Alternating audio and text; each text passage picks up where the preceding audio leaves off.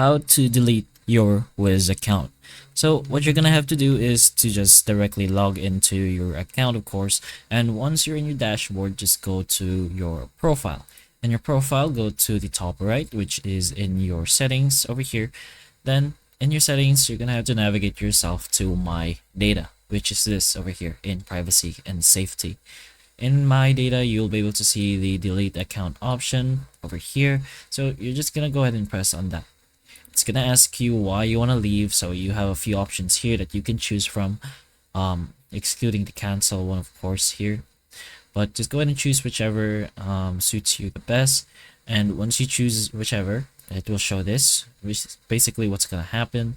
So your personal information will be deleted in 6 months, including discussions. So just go ahead and press on yes to confirm that you want to delete your account. But that's pretty much how you do this process on your Wizz app. So hopefully the information of this video can help you, and if it can, please like and subscribe for more videos like this, and that's all.